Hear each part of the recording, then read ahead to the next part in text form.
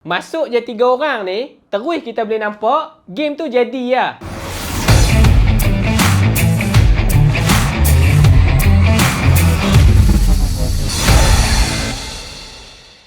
First game pasukan Malaysia untuk Sukan C tahun 2023 ni, kita boleh kata mereka mula dengan langkah kanan lah. Walaupun lepas Malaysia dapat second goal hasil daripada on goal player Kemboja balik, tapi still kita boleh nampak player-player Malaysia ni macam agak struggle sikit lah untuk main dalam keadaan padang yang macam tu untuk mereka cari gol. Yang bestnya, personally bagi aku, game ni tak boring. Laju je pacing dia, tak macam Liga Super.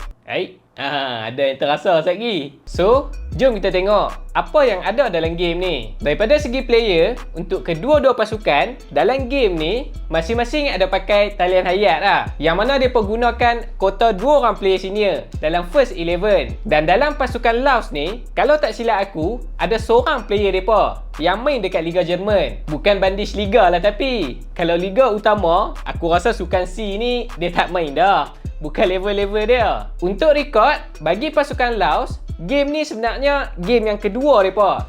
Yang mana first game hari tu, mereka kalah dengan pasukan Vietnam 2-0. Beza dengan pasukan Malaysia, game ni baru first game mereka lah dalam Sukan C untuk tahun ni. Dan kalau kita tengok balik betul-betul, list grup B untuk tahun ni boleh kata grup maut lah. Sebab kita ada juara bertahan Vietnam dengan Thailand sekali dalam grup ni.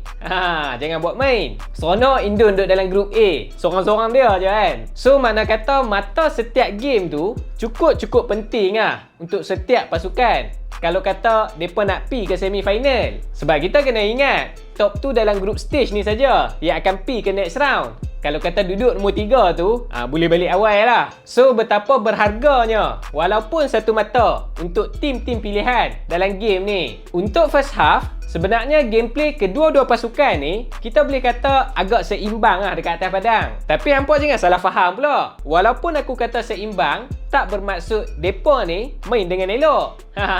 Cuma untuk pasukan Malaysia, 5 minit awal-awal game je, aku rasa kita boleh tengok gameplay pasukan Malaysia ni tersusun sikit lah untuk mereka cari gol. Sebab tu kalau hampa perasan, awal-awal game ni je, kalau tak silap aku, Malaysia dah ada 2 peluang untuk buat gol. Satu daripada bicycle kick depan palang tu, dan satu lagi counter attack yang Malaysia buat, yang mana kita dapat first goal. Tapi itulah 5 minit awal tu je lah yang kita seronok tengok pun.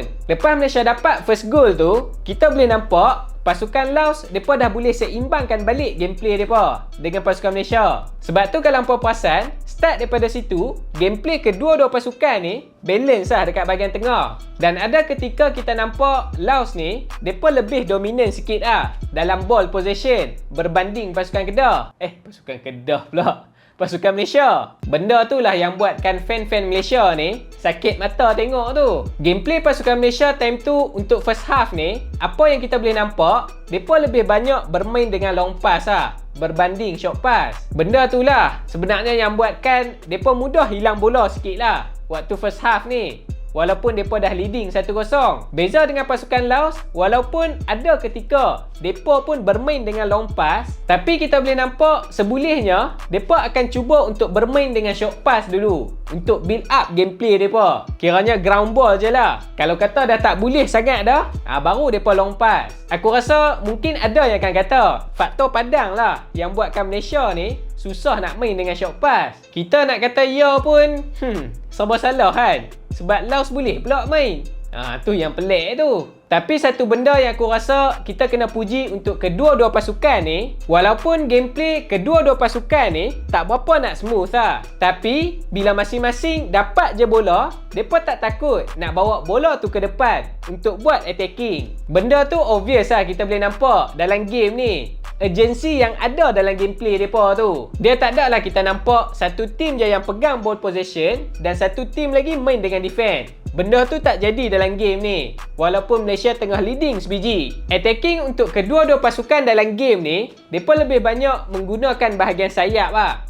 Daripada situ, mereka akan cut in ke tengah ataupun mereka akan cross untuk cari striker. Cuma satu je masalah untuk kedua-dua pasukan ni bila mereka nak buat attacking. Combination play dekat bahagian attacking third tu tak berapa nak cantik. Benda tu lah yang buatkan final pass depa susah nak sampai dekat striker. Sampaikan masing-masing kena buh gol sendirilah baru dapat gol.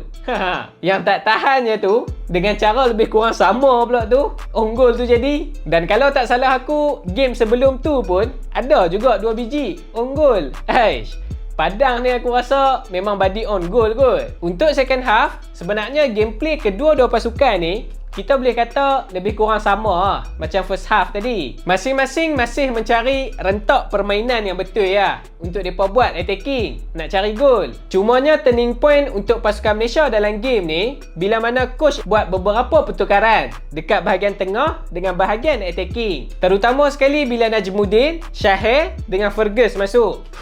Masuk je 3 orang ni, terus kita boleh nampak game tu jadi lah dekat bahagian attacking pasukan Malaysia ni. Fergus tu kalau hampa perasan, awal-awal dia masuk tu pun first touch dia dah ada peluang dah sebenarnya untuk buat gol. Tapi itulah, nasib baik tak dapat bola tu. Kita boleh nampak banyak peluang yang tercipta lah.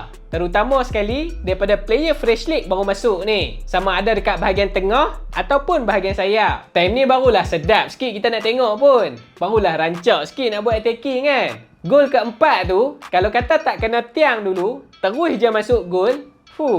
Shahir tu memang buat rekod lah dalam game ni.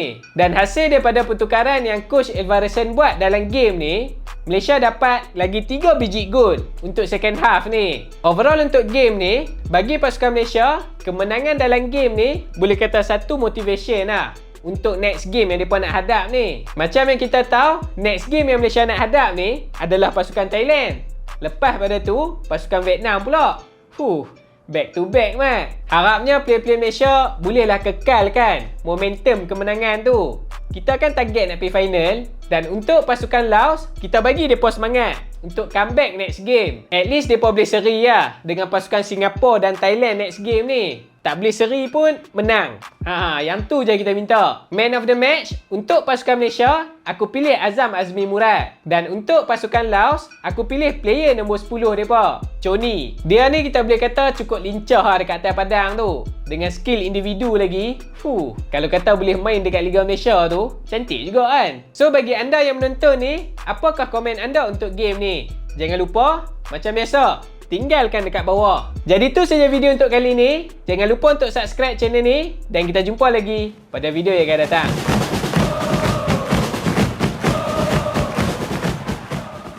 Muhairi yang rasa macam mana? Orang kata dia minta elok. Muhairi tu nak kata tak okey pun tak boleh juga. Malaysia dapat first goal pun daripada dia juga punca. Ya ke Arif Aiman tu tak main sebab bukan level-level dia sekansi ni? Kan sebab lain? Tahun ni kita tak ada intro sama Hari Raya kan? Tapi tak boleh ke? Baju raya aku warna biru. Hilang sekali pada badan aku ni.